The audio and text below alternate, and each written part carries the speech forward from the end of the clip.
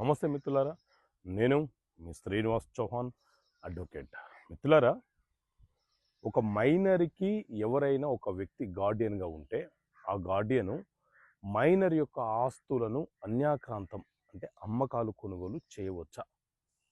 So మిత్రులారా, మన దేశంలో Hindu minority and guardianship act 1956 అనే చట్టం ఉంది. ఇందులో సెక్షన్ 8 చాలా స్పష్టంగా ఏం చెప్తుంది అని అంటే, గార్డియన్ అంటే ఎవరు, గార్డియన్కి ఎలాంటి అధికారాలు ఉంటాయి అనే విషయం గురించి ప్రస్తావిస్తుంది.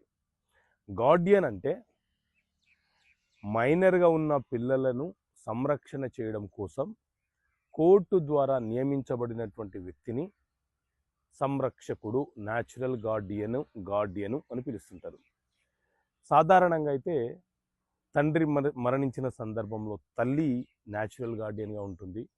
తల్లి మరణిస్తే తండ్రి న్యాచురల్ గార్డియన్గా ఉంటారు.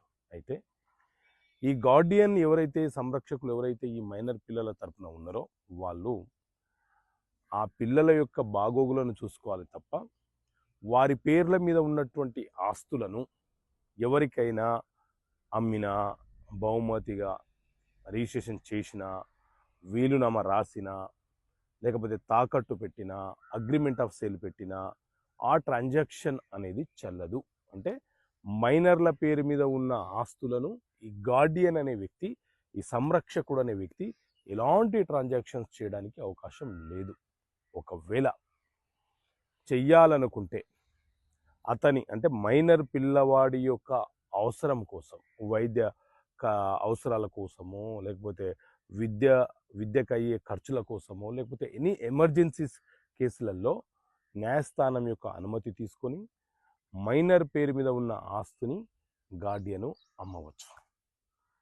న్యాయస్థానం అనుమతి తీసుకోకుండా గార్డియన్ కనుక ఇల్లీగల్గా ఒక అక్రమమైనటువంటి చర్య కనుక చేస్తే ఈ మైనరు మేజర్ అయిన 3 సంవత్సరాల లోపు ఈ ట్రాన్సాక్షన్ ఇల్లీగల్గా జరిగిందని చెప్పి దాన్ని రద్దుపరచడం కోసం న్యాయస్థానంలో సివిల్ సూట్ ఫైల్ చేసుకునే హక్కును కలిగి ఉంటాడు.